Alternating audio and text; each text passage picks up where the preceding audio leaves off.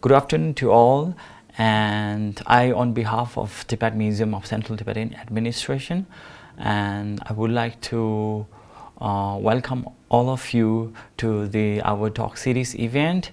And before really starting our the event, so I just want to give a brief introduction about why we are hosting this talk series, every twice a month. And its aims and objectives.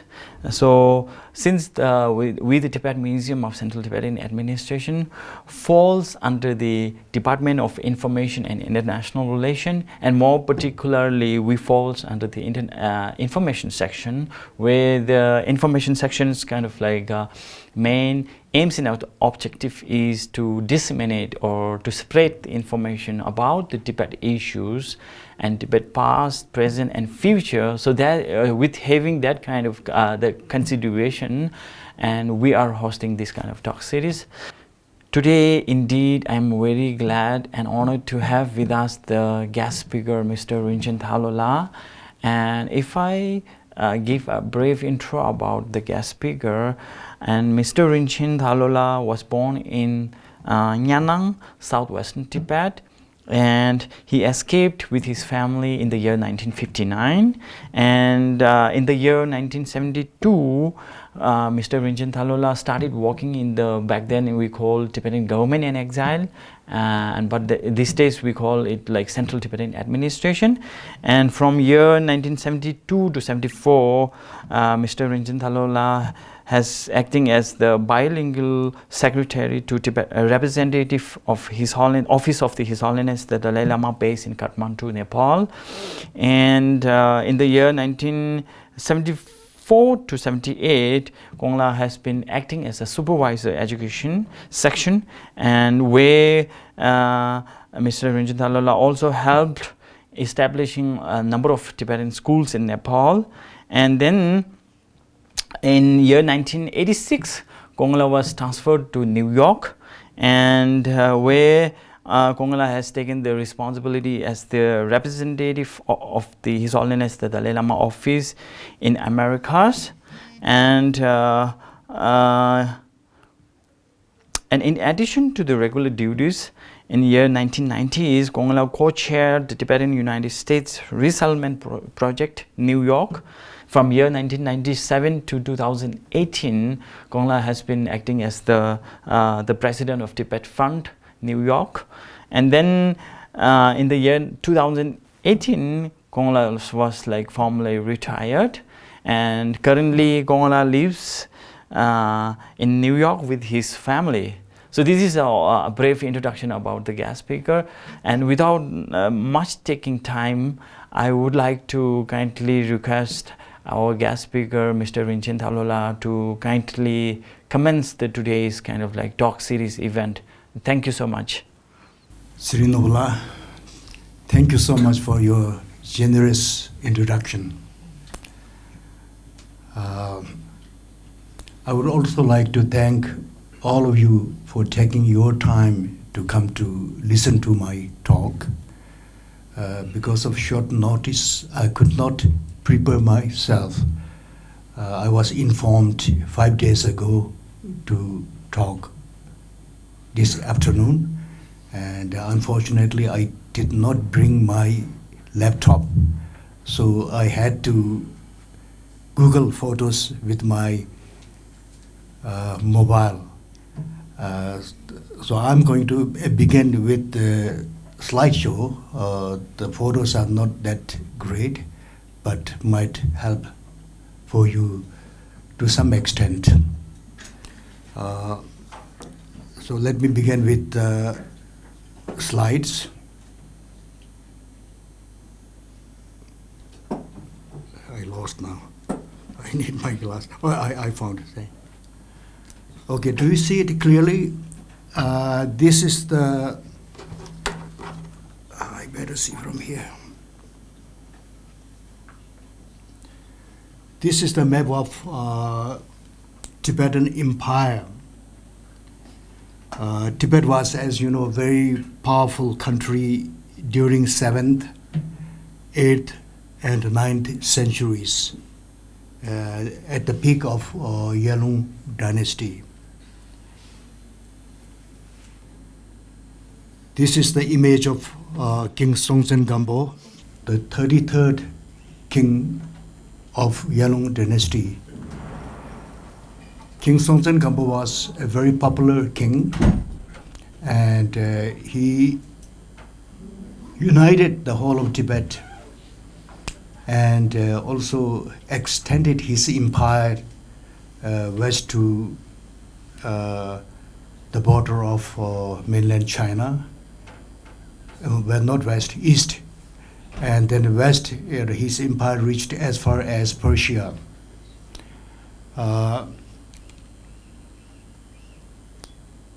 Let me see my note.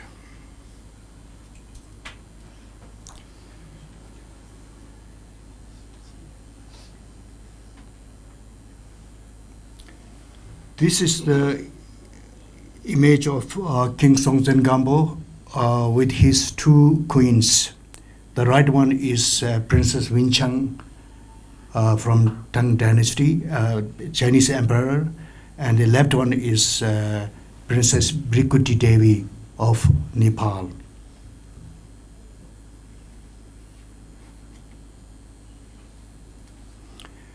This is image of Princess Brikuti. As you see very clearly that she is wearing Nepali sari and yes, our Nepali ornament. This is photo of a statue which is installed in the Chekya Dupuk of Potala Palace. There is a statue of King Songtsen Gampo, Chinese princess as well as Nepali princess.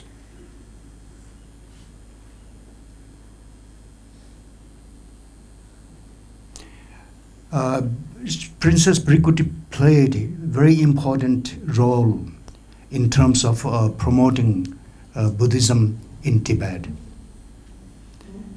Not only Buddhism, but also she invited many architects and craftsmen from Nepal.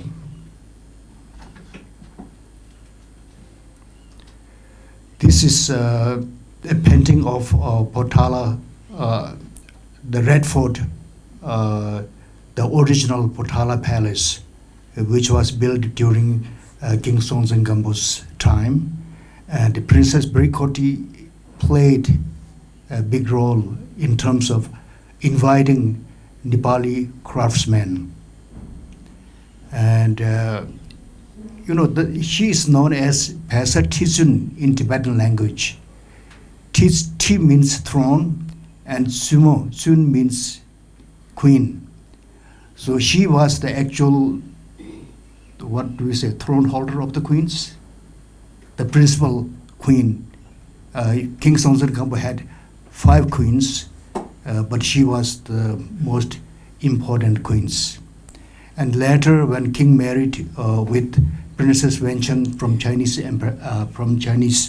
Empire, it is said that for a long time, Princess Wencheng was not able to spend time with King Songtsen Gampo because of jealousy between the two queens. And whenever they quarreled, Princess Brikuti would speak in Nepali and Princess Wencheng would speak in Chinese, and no one would understand. So they are saying that Gyasa Pesa Trubashona Hasa Khosamari, Hala Khosamari. When Princess Wencheng and Princess Brikuti quarrel, no one can understand. That was the saying. So, as I said, that Princess Brikuti invited many architects and craftsmen from Nepal, and they, together with the Tibetan architects and craftsmen, built the Red Fort at the hill, Red Hill. And this is where the left side is the Queen's Palace and right side is the King's Palace. And they built a bridge from the 9th floor to the 10th floor on the other side of the King's. So this was built in 7th century. Just to imagine how, how sophisticated the craftsmen and the architects were in 7th century. Perhaps, this kind of building did not exist in the whole world at that time. This could be the first, multi-store, with bridge in between. And these two paintings one can see today at Potala Palace. At the entrance, on the right side of the entrance, there are some wall paintings, and these two are photographed by a Chinese photographer, and it's one can see it in a magazine, table magazine that the Chinese government has published. This is Chokhang Temple in Lhasa. Again, Chokhang Temple was built by Princess Brikuti of Nepal. And for building this temple, she sought the help of Princess Wencheng from China, because she was said to be an expert in astrology. So she did calculate and then advised her. This was built on a pond, on a small lake, and it's known as Rasa Tulnang. And for whatever reason it is, she was advised to carry mats on the back of a god, and then pour on the small lake and filled it. And then later the temple was built, and everything outside as well as inside resemble some of the temples, important temples in Nepal. The roofs are the same, and also the interior decoration, everything has been, what should I say, copied from the temples in Nepal.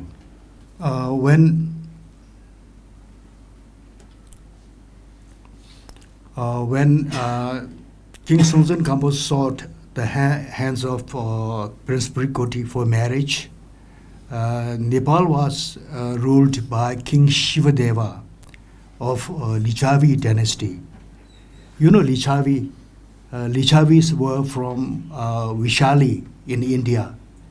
Vishali was a powerful kingdom in northern India, and it was a democratic country.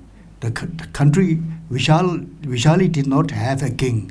It was ruled by a council of voted members who were voted from time to time.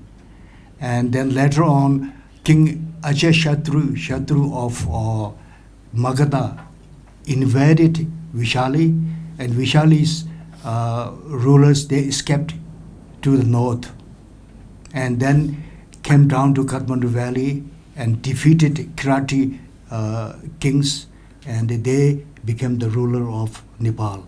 This is how the Lichavi dynasty was the most popular, and the period was known as the golden era of Nepal.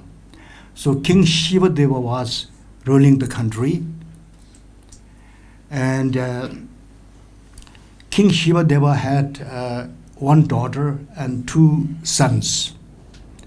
King Shivadeva was a very devoted Buddhist.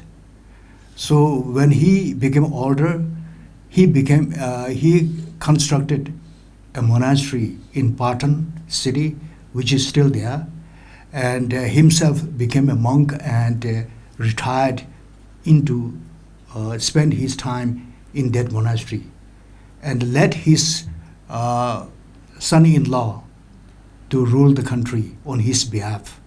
and king himself was the tutelar head, whereas his son-in-law became the ruler, a de facto king. So this is image of King Amshu Varma of Nepal. This statue stands in front of Pashupati temple. And King Amshu Varma was a very popular and very able person, wise, and also, he developed the country, and also economically, kingdom was very much improved. So he was a very popular and also powerful, and he built his own palace, which was called Kelashkut Bhavan, and he ruled from there. And then also he came up with a new coin, which had his image on one side. On the another side, it says, Amshu something. I forgot the language. Anyway, but he was so loyal to King Shivadeva that he is said to have told his sons not to expect to succeed him. He said that ultimately, when King Shivadeva dies, he will be succeeded by his sons, not Amshu Varma's sons. But then many scholars have described Amshu Varma as the father of Princess Brikuti, which is not. Nanzu Febe Kerab Logu Mambe Nala and Amshu Varma Siadi Aj Pese and Pala Restio, the Mares Gori. Actually, what happened is that Princess Brikuti was daughter of the older son of King Shivadeva, and who was also crown prince, and his name was Uday Deva. Uday in Hindi means charka, light, and Deva is La. Deva La, Vesela. Vesela was the father of Princess Brikuti, whereas Amshu Varma, Amshu in Sanskrit meant light, and then also Varma meant armor, Vese Koja. So names are quite similar. And when Princess Brikuti was sent to Tibet, it was him who did everything. So everyone thought, he was the ruling de facto ruler, and everyone thought that Princess Brikuti was his daughter, which is not. And when King Sonsen Gampo saw the hands of Princess Brikuti, her father and royal family did not want to send her to Tibet, because Tibet was considered to be, relatively backward and harsh weather, right, very cold, and far from Nepal. So they did not want to send, but then they feared, invasion from King Sonsen Gampo. And there was the council of ministers and the king. They were in a meeting, and then Princess herself came and volunteered, for the sake of my parents and brothers, and for the sake of the country, I'm willing to become the queen of Sonsen Gampo. And then she volunteered, and she was sent to Tibet. This is image of King Narendra Deva of 7th century. He was younger brother of Princess Brikuti. So what happened is that when King Shivadeva, who became a monk, when he died, King Amshu Varma enthroned his father, Uday Deva, to succeed King Shivadeva. He became the ruler. And then for 2 years he ruled the country, and then also he was also born in Nepal. And after 2 years, his younger brother, whose name was Dhruvadeva. He, in association with Jishnu Gupta, who came from India, he also happened to be a small ruler in India, and they together, dethroned King Udayadeva, and King Udayadeva escaped to Tibet, and he took asylum in Tibet, mainly because his daughter is in Tibet, right? So he went to Tibet and King Narendra was just 2 years old, took him to Tibet, and then no one knows what happened with the king. There's no story, but then he was brought up by King Sonsen Gampo and Queen Brikuti, and after 20 years, Sonsen Gampo sent a huge army, and he came to Nepal and attacked his uncle, dethroned him, and killed Jishnu Gupta, who was actually ruling the country, Jishnu Gupta from India. And King Narendra became very popular, and it is said that he always wore a long dress. It said long dress. I guess he was wearing chuba still, because he lived in Tibet for 20 years and trained by Sonsen Gampo and spoke the language very well. And he is said to be wearing, a Buddha's image kind of pendant. And he built many monasteries, temples in Kathmandu Valley. This is the map of Kanauj. Kanauj was capital of 7th century. It became the capital of Harsha Empire. King Harshavardhana was ruling the country, and the entire northern India was ruled by him, and he was said to be the last Buddhist king. He was, some compare him to Ashoka, yes, he supported many Buddhist temples, and he also helped towards the construction of Nalanda University as well.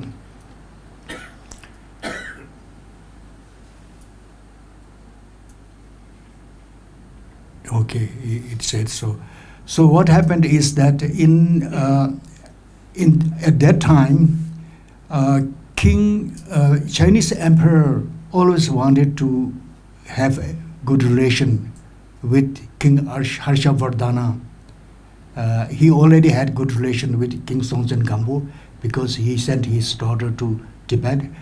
And then in order to establish relation, Chinese emperor sent 30 cavalries headed by Wan Shunzi. He was I think one of the generals, with lots of gifts to Harshavardhana. And the guy, he went to India through Tibet, through Kirong, and came down to Tirusuli Valley and came down to Kanauj. And when he reached India, King Harshavardhana already passed away. Unfortunately, his minister Arjuna, he killed 2 of his sons, and he was ruling the country. And when the Chinese emperor's envoy came to Kanauj, he did not want to give the emperor's gift to the minister. When he did not give the gifts to Arjuna, he attacked and confiscated all the gifts, and many of his soldiers died. Fortunately, the Chinese general, he escaped into Nepal, and then took asylum to King Narendra Deva, who immediately informed King Sonzen Gampo, and King Sonzen Gampo sent 7,000 cavaliers, fully armed, and King Narendra Deva from Nepal added another 5,000 soldiers with horses, and then 12,000 soldiers marched to Kanauj, and they fought 3 days of war and defeated Arjuna, and he was they took him as a prisoner of war and sent to Tibet. And from Tibet, King Sonzen Gampo sent him to China. And it is said that, in our history, we said the Tibetan army reached to the south to River Ganges. So that was the time when Tibetan army arrived River Ganges. And then afterwards, many of the warriors, they decided to stay in Nepal. And they were cavaliers, tamak. And that's how Nepal has tamang today. Many, they say tamang is quite a big population in Nepal. And they are said to be descendant of Sonzen Gampo's army. Tamak became tamang, right? Anyway. Okay, this is the image of, story that I told is already there. This is an image of King Harshavardhana. Okay, this is an image of King Trisong Desen, 38th king of Yalung dynasty. And his father married with a princess from China. And that's why, today we call the Chinese Ashang. Chinese became Ashang. Chinese emperor was Ashang of King Trisong Desen. And I don't have to tell you the story that King Sonzen Gampo, played a big role in inviting Guru Sama Padmasambhava and Pandit Shadi Rakshad, right? Shivaso. Again, as I told you earlier, the Tibetan Empire was a power of Central Asia in 7th, 8th, and 9th centuries. Again, this is an image of King Tijalba who also further expanded the Tibetan Empire, and his army reached as far as Xi'an, in the capital of Chinese emperor, and fought many wars, and finally ended up with a treaty which was curved on 3 pillars. One stood in front of Chokang Temple, another at the border between China and Tibet, and third one in front of the Chinese palace, in which it is said that from now onwards there won't be any war. Chinese will be happy in the lowland of China, and Tibetans will be happy in the highlands of Tibet. Okay, this is actually a map showing where the Tibetan army have reached in Persia. You see Talas, Kashmir above that Talas, and then all Tufan, Karakash. Actually, that time, entire Xinjiang, Chinese called Xinjiang or Uyghur, at that time there were 4 kingdoms, all fell under Tibetan army. And also a part of Afghanistan, like Kabul was ruled by Tibet, and also Tibetan army encircled Transylvania, which is Samarkand of today in Uzbekistan. And this map shows their arrows pointing, Fargana, there is Talas, and Battle of Talas is very much known. That time, for centuries, Chinese emperors occupied the Silk Road, controlled the Silk Road, and there was competition between Tibetan Empire and Chinese Empire for controlling Silk Road.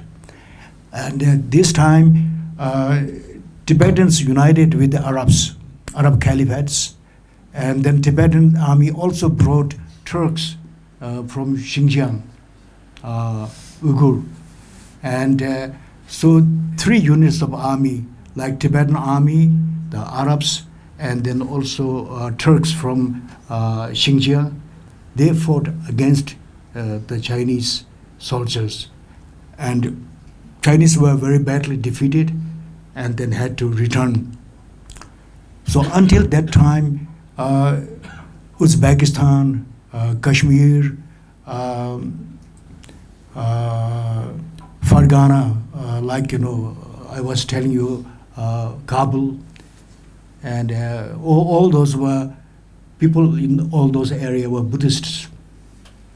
But then, soon after Chinese left, Tibet had problem.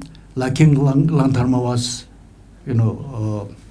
assassinated, and mighty Tibetan Empire disintegrated into small princedoms, and Tibetans lost their control in that area, and slowly the Muslims came, and all those Buddhists got converted into Islam.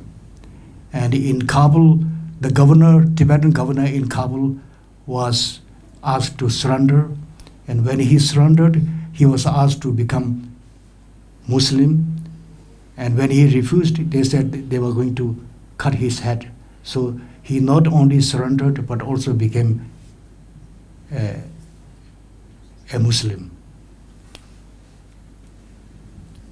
Okay, this I already told you, the stone pillar with treaty inscribed of a Nepali craftsman, an architect who was born in the Patan city in Nepal, and his name was Arniko. During the time of Sakya Phagpa, Chögya Phagpa, he was planning to build Sakya Lagang Chemo, Sakya big temple, and wrote to Malla king in Nepal requesting to send 100 architects and craftsmen. So Malla king himself interviewed 100 people, and then he has selected 100 people and appointed the youngest one, Arniko, as their head. And Arniko, when he came to Sakya, he helped for the construction of Sakya Lagang Chemu, and then also built most of the big statues in that temple. And at that time, he had profound faith with Sakya Chögya Phagpa, and he also became a monk. And then he became so popular. He was so expert in his area of expertise. And then Chögya Phagpa encouraged him to go to China and meet Emperor Kublai Khan.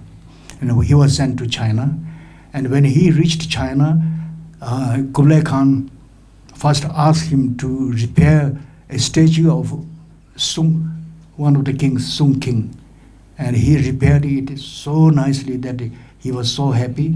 And later, he is also said to be a very good painter, and he painted Kublai Khan and his queen, and that was so good. That king was so happy that he was named as the head of the entire Guizhou artists in mainland China. And he became so famous that he had a lot of wealth, and with wealth he became greedy, and then he also gave up his robe and married with 4 Mongolian wives, and there's nothing after that. This statue was built in 2015 by a delegation from Nepal. They installed it in front of White Pagoda in Beijing, which was built by him. And he also built a huge pagoda stupa in Wudhaishan, Ganariuzenga. That's also there. So many, Nepalis, they, consider him to be very important and always, try to promote. And highway from Kathmandu Valley to Tibet, which was built in 70s, that's named after him. It's called Arniko Highway, 127 kilometers of road from Kathmandu to Nepal-Tibet border. That's named Arniko. This Sakya Hangachamo, which was built mainly with the help of Arniko and Nepali craftsmen. This is Gyangze Choten, famous Gyangze Choten, which was also built mainly by Nepali architects and craftsmen. Potala Palace, as we know, when Potala Palace was built, Desi Sangya Gyaso,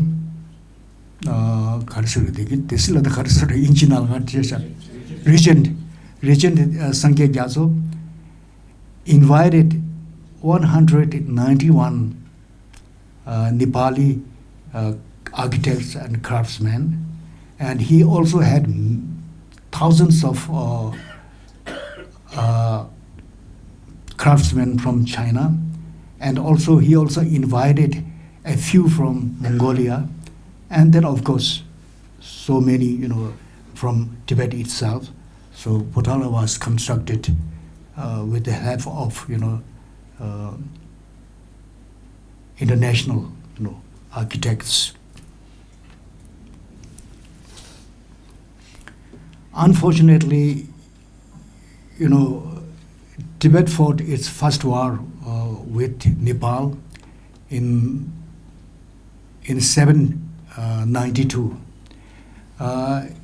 As I told you earlier, that Tibet always had cordial relation with Nepal, starting from Songtsen Gampo. Like when Princess Brikuti came to Tibet, it was very difficult for her to, food habit. Tibetans eat samba, and she is not used in eating samba. She always ate rice, and also she needed spice in her food, which Tibetans did not have at that time. So every year or by year, she used to send a delegation to bring whatever she needed, like clothes. She always wanted to wear saris and cotton clothes, and also she wanted to eat rice and spice and dal, right, which Tibet did not have. So from Songtsen's time, the officials who were sent to Nepal were called Tenshingpa, and also built statues and brought religious objects like silver cups, butter lamps, mandalas, and pumbas, and so on. And so this tradition continued until 1956, I believe, 56.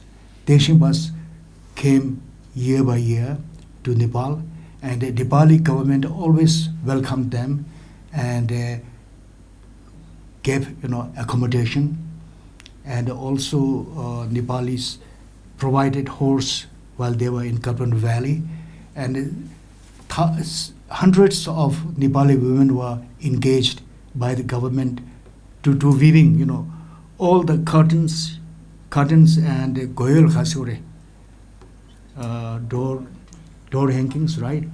Door hangings, and of Potala Palace, as well as Chokan Temple, came from Nepal. Materials for those came from Nepal, and of course rice, dal, spice, and all the ritual objects came from Nepal. And it is said that every year, like in 50s, there used to be around 1,000 porters were engaged in carrying supplies for Tibet, and Nepali government always sent army carrying supplies for Tibet up to the border. If it is 100, they would send 600 to Kirong via Kirong, and would escort up to the border, and 400 to Nyalam and up to the Nyalam border, and then from there onwards, it's the Tibetan government who used to transport. After 1951, when China succeeded in invading Tibet and concluded by signing the 17-point agreement. After that, when Tenzin was arrived in Nepal, Nepali government said, it gave money and said, now we cannot send our army to escort the supply carriers to the border. So please hire by yourself, that kind of thing. So Nepali government also changed. Okay, then I have shown you 2 leather cannons. Tibet did not have paper currency and coins in ancient time. So Tibetans always asked Nepali government to mint silver coins for the use in Tibet. Malla kings always used to send silver coins to Tibet, which was in circulation in the entire Tibet. It's called kotam. Kotam means the Nepali coin. And later in 17th century, 792, just around 1780s, the Shah kings invaded Kathmandu Valley and defeated Malla kings, and Shah became the king. Shahs are from Rajasthan, Rajputs. They also, when Akbar and Alexander and Shah Jahan, when they defeated Rajput kings, they escaped into Nepal and they lived in a small place called Gorkha. They lived in Gorkha, and then there they established their own kingdoms, very small kingdom called Gorkha kings. And then finally, Rajputs are expert in military, right? So they were very powerful, and then they grew, and then finally invaded and occupied the whole of Nepal and unified Nepal as one kingdom. And then, in that time, 1780s or early 90s, Tibetan government found that coins were not pure silver, and complained the Gorkha government for mixing other metals in the silver coin, and then stopped circulating silver coins in Tibet. And then because of that, there was a dispute, and Gorkha, they invaded Tibet and fought a fierce war, and then that time confiscated many weapons, including these 2 leather cannons, which is displayed at National Museum in Kathmandu. It is still there. But then afterwards, relations was restored, and also you see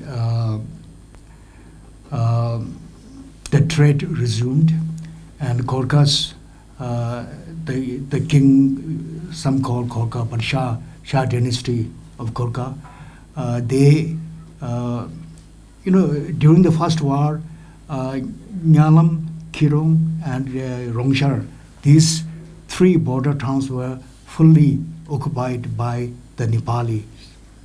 Like my native town, Nyalam, which became a part of Nepal for almost 75 years and remained under Nepal's control. And that's why, a large number of Nepalis, Newars, lived in my native town. So anyway, later, during the second war between Tibet and Nepal, a treaty was, signed, and the three border towns occupied by Nepal was returned to Tibet, and in return, Tibetans were, made to pay 20,000 Nepali rupees per year. Kodam, that was silver coins, 20,000 silver coins per year. So relation became normal, and then there was exchange of gifts between the Tibetan government and Gorkhas.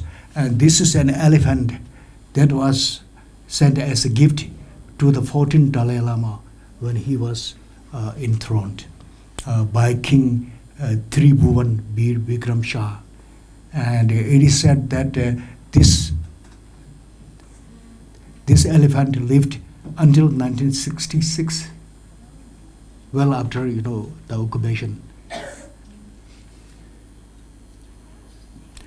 Okay, this is one of the Nepali ambassadors, Colonel Hirya Bahadur Bista, and he together with the Nepali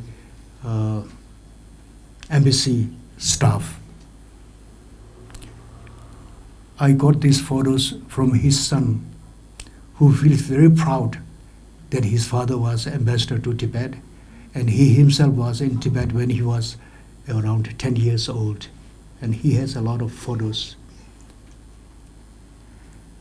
And as I said, many Nepalis lived, Nepali businessmen, Nepal's craftsmen, and then they established Chamber of Commerce in Lhasa, and this photo was taken in 1943.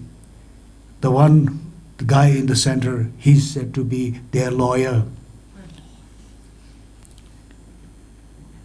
And all are wearing Tibetan clothes.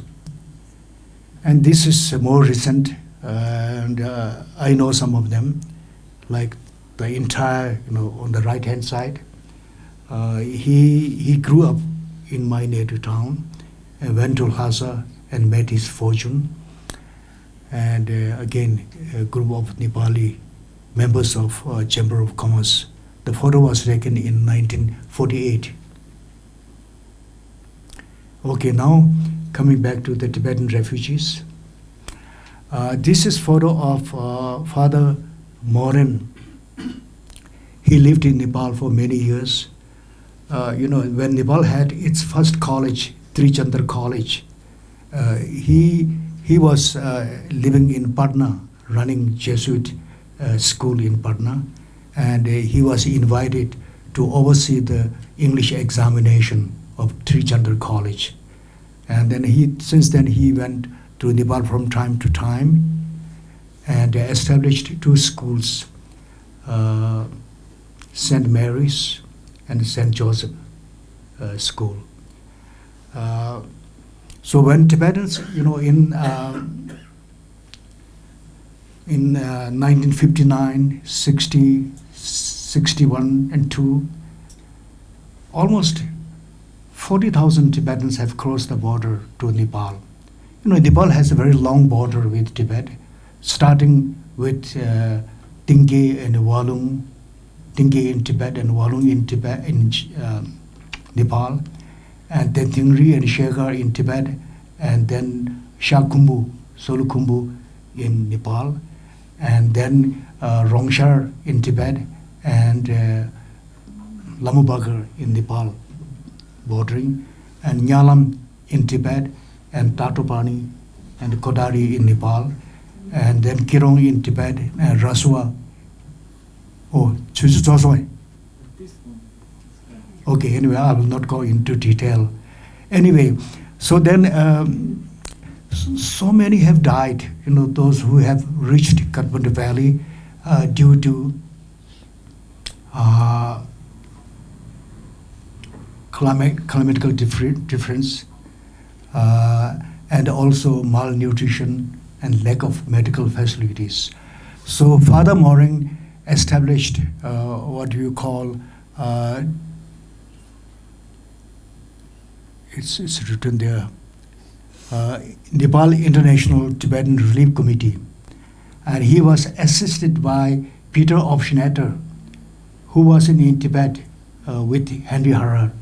And Peter Opschnatter, he preferred to stay in Kirong for longer, and then later came to Nepal. And then, since he spoke Tibetan language, he was very, helpful in establishing this committee. And then there was a Russian, Boris, I forgot his last name, and Boris was running the only international standard hotel in Nepal. It was called Royal Hotel, which has become today, is very close to the palace, and today is the election commissioner's office. And he was running there, and Boris hosted a reception. He, since he was running the hotel, he provided coffee and cakes, and they had the first meeting of the Nepal Tibetan Refugee International Relief Committee. And then soon after, all the first ladies of the embassies in Kathmandu, they had a party, Easter party, and raised fund, and which was shared by first ladies of the embassies, and raised substantial amount. And then since they started this, they approached all the Red Cross, like Swiss Red Cross Society, Nepal Red Cross Society, Swiss Association for Technical Assistance, and so on. And they received help from Indian Red Cross as well. And then later, it was handed over to International Red Cross Society, who decided to oversee the relief for Tibetan refugees. And this is Tony Hagen, a Swiss geologist who was a strong member of Nepal Tibetan Relief Committee, and he became the first director of International Red Cross Society for looking after the Tibetans refugees. And in 1961, he came to Dharamsala to meet His Holiness, and His Holiness sent his first representative to Nepal, Mr. Lobsang Gelek. He was sent to Nepal, and they teamed, and that, sorry. So that time, Tony Hagen reported to His Holiness that we have a lot of difficulties in reaching relief to Tibetan refugees in Mustang and Solukhumbu and all those remote areas. But then he said, International Red Cross Society has donated 2 planes, 2 plus water planes. And he said that very soon we will be getting planes. And then that time, they were constructing airstrips, airports. Pablu Airport in Solukhumbu, that was built to provide relief for Tibetan refugees. And then also in Jomsom, there is an airport that was also built to send supplies to Tibetans. And in Dolbadan also there is a small airport that was also built. Actually, it's plain, nothing built except they removed stones and the trees. That's it. Anyway, so he reported to His Holiness that very soon we will be getting 2 planes, and then airports are being built, and within a month airports will be ready, and then we will have no problem in sending supplies to Tibetan refugees. So 2 airplanes came, and they were Swiss pilots, and I remember one was Captain Emily, forgot the last name. He was there even in 70s when I first went back to Nepal to work. And anyway, so that cuts a little bit. So then Tony Hagen and Father Morang established the first Tibetan carpet factory in Jwalakil. You know, when Tibetans came, they came with skills of spinning, carding, and weaving. And they interviewed and found there were 8 weavers. One of them was a family called Pa Migma. Pa Migma was from Shigaze, and he had his own carpet factory cottage in Shigaze. His wife and his sister, they were very good carpet weavers. And there was a woman from Gyangze, Amapendok, she, and there was, and then 2 sisters from Lhasa. They were also carpet weavers. So altogether there were 8 carpet weavers, and each of them trained young girls. And Jolkal Handicraft Center was started with 8 looms with 16 weavers. That was the first carpet factory in exile.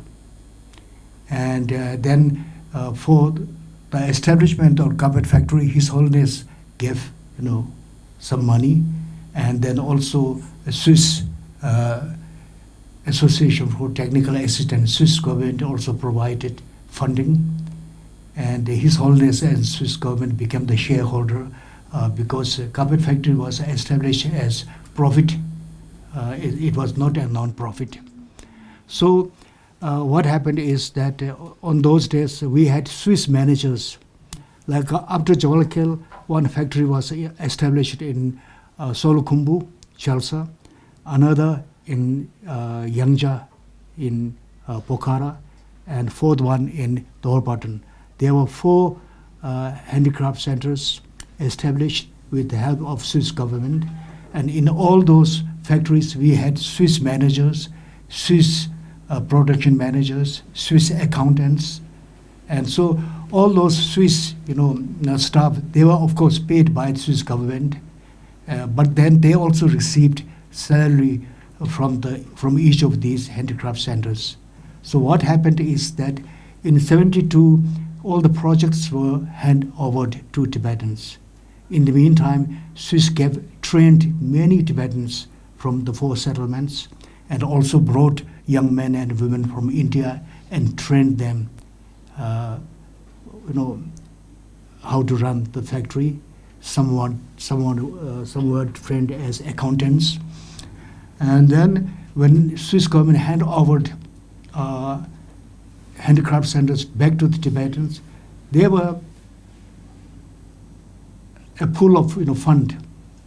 Like Swiss staff, when they received salaries from these factories, it was all deposited into an account. And then with that amount, the Swiss government, SADA, started Snowline Foundation to help the schools and the elderly people, and also help dispensaries, schools and dispensaries. So over the years, then Snowline Foundation grew, and today Snowline Foundation looks after, when I was there were 14 schools, but now some schools are closed. So how many schools do we have above? 10, 11? 9? Oh, today 9 schools. But in our schools today, majority of local people. Like if a school has 100 children, maybe 60 are Sherpas, Tamangs, Lobas, and the people from Helmpu and so on, and the rest are Tibetans. And then also, like carpet, like carpet factories. Carpet factory has become major, employment for the Nepali people. At its peak in 80s and 90s, roughly 2 million Nepalis were employed by the Tibetan refugees. And carpet factories were started by many of those who have never been to a school. Like those who were employed in our factories, many of them, were, those who worked as carpet, weaving master or dyeing master or whatever. In the meantime, they left the factories and then started their own cottage industry. And similarly, more and more Tibetans have left the carpet factories and started their own small, cottage factory. And in 90s, there were roughly 5,000 factories mainly run by Tibetan refugees. And in late 80s, when young Tibetans graduated high schools and colleges from India, they went back to Nepal, and some have started become employees of people who have never been to a school. Anyway, so carpet really exports boomed. It also happened at a time when Afghanistan was occupied by Russia, and people who imported Persian rug, they had difficulties in importing carpets from Persia, and then they came to know about Tibetan carpets in Nepal, and then that's how every carpet dealers in Europe bought carpets from Nepal, and it really has gone up. Now, let me finish. There are many, like for centuries, for generation to generation, Nepali craftsmen, including silversmith and statue molders, they have been supplying their products to Tibet, to the monasteries in entire Tibet, to the homes of Tibetan families, and then also to Sikkim and Bhutan as well. But in 1959, after Chinese invasion, when the Tibetans became refugees, border was sealed, so their product could not go to Tibet, and Tibetans could also not buy, Nepali products. And Tibetan refugees, being refugee, they were selling their own, whatever they brought, silver utensils or silver cups, they sold their own, own ritual objects. So the craftsmen in Nepal, they became poor. There was no demand for their product, and many of them have become farmers. But then slowly, starting early 70s, many of those who came in exile, they became, their economy grew, and many of them began to commission, butter lamps and silver cups and mandalas and so on. And then at the same time, Tibetan lamas traveled abroad and established Dharma centers all over the world. And all these Dharma centers ordered their ritual needs from Nepal. And then their members of the religious centers, they also ordered, and then it boomed. And by 80s, again, there were hundreds of silversmiths. And under each of them, they had, at least 25, doing in their own home. So market boomed, statue molders as well. And today it's much more. Like today, their product goes to not only to Europe and America, but also to Singapore, Malaysia, Hong Kong, and mainland China. So much in mainland China that every day, like cargo, half plane filled cargo go to mainland China. And not only ritual needs, but also decoration like moksas and was and what else. All these products go to mainland China. And Tibetans from Tibet, they buy from Chengdu. Chinese in Chengdu, they order from Nepal and they have their shops in Chengdu, Tibetan market. They buy from there. And what else? Just one. Yeah, so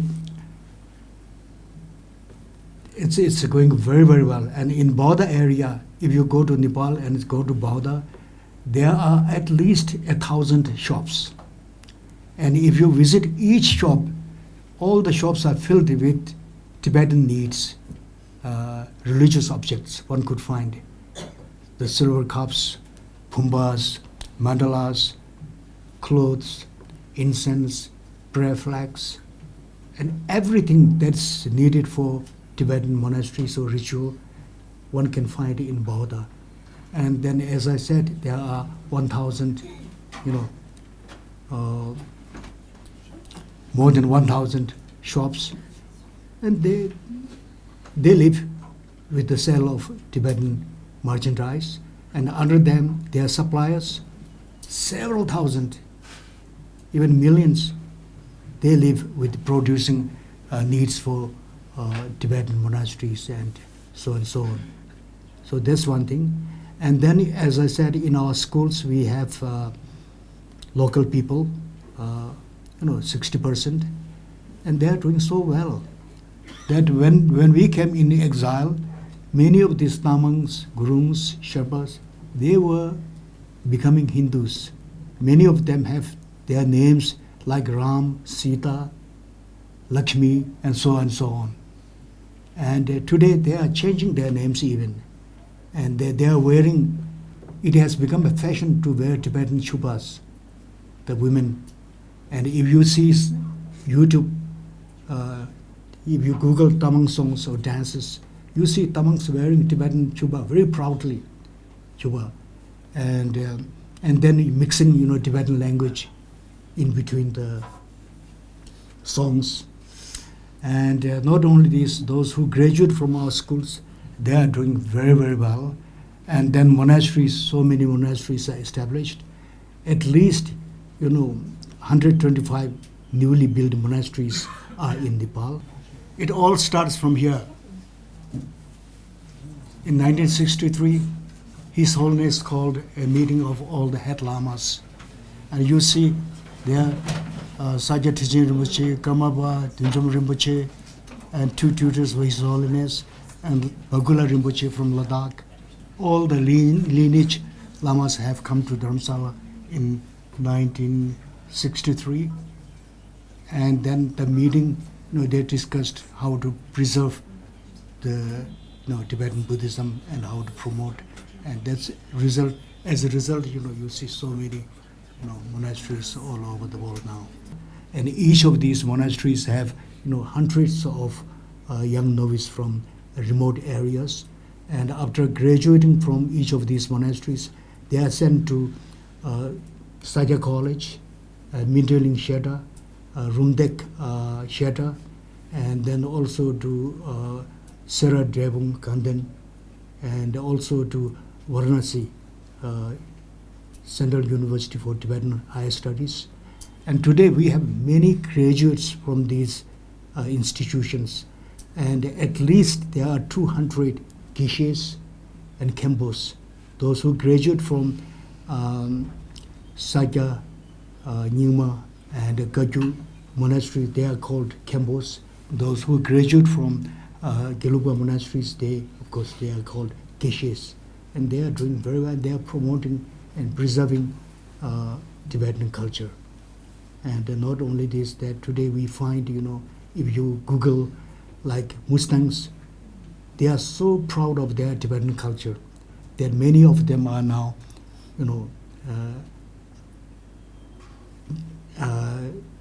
practicing, Tibetan dances. And those children who study in Tibetan schools, when they go back to their villages, they try to adapt the local, their own songs and dances on the stage, and you find a lot of good performances, like especially Yolmobas, Mustangs, Zumbas, and Sherpas. So I think I've taken a lot of time, but if you have questions and if we have time, I'm happy to answer. Thank you so much. Thank you so much. With this, we have completed today's presentation on our event. And now we have like 10 minutes of question answer session. So if any questions you want to ask to today's guest speaker, kindly please take the opportunity. Thank you so much. I'm interested in knowing what are the changes that took place in Nepal after the growing footprints, Chinese footprints in Nepal, and the growing closeness between the leadership in Nepal and in China. How are the impacts on the Tibetan business as well? What has been the impact of the recent changes in the leadership and the growing closeness with China? You mean impact of business with Chinese? No, the closeness between the Chinese leadership and the Nepalese leadership has been has a huge impact, not only on the Tibetan business in Nepal, but also the growing Chinese footprints. That, what I heard from people living in Nepal has been that the landscape in Nepal has been changing since there has been more Chinese business that has been investing in Nepal. How has that impacted the Tibetan business that you have mentioned since then? I really don't know if Chinese influence in China in Nepal has affected the Tibetan business. Tibetan carpet business was affected mainly because of the instability in Nepal itself. When there was revolt against the monarchy, like Maoists, they came in such a big force that, and then they were also against the factory owners.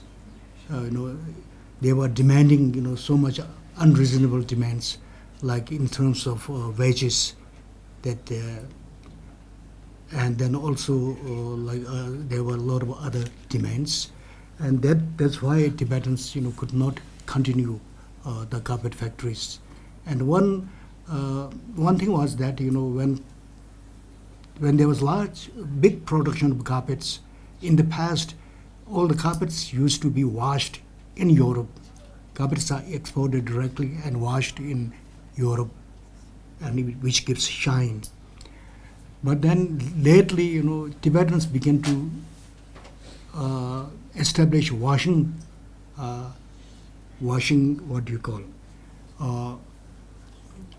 factories in Nepal, and by washing carpets, a lot of chemical was used, and the water, it sank into the ground, and it polluted the whole of Kathmandu Valley, and that was also one of the reasons. And then also child laborhood has also caused a lot of problem, and that was the main cause of Tibetans losing business. Chinese, of course, Chinese have where they're very, very aggressive, and so many shops are being opened, so many restaurants have come up, and the Chinese embassy has always been behind them, economically supporting and also giving legal protection, and so many shops and restaurants have come up, and this may have impacted to some extent, but not that much. But the Chinese, traders in Nepal is expanding, increasing day by day. Well, thank you so much. Thank you, Mr. Rinchen Thalola, for your kind of like very informative presentation, and thank you all for making this event more successful with your presence. And we have come to the end of this event now, and I would like to end this event formally by saying this phrase: a good event never ends in the world. They take only a pause and keep us waiting for the next. So kindly stay tuned on our next event, and also you can go through our social media page, the Tibet Museum Facebook, and we just upload our recorded the events recorded video on our social media. Thank you so much.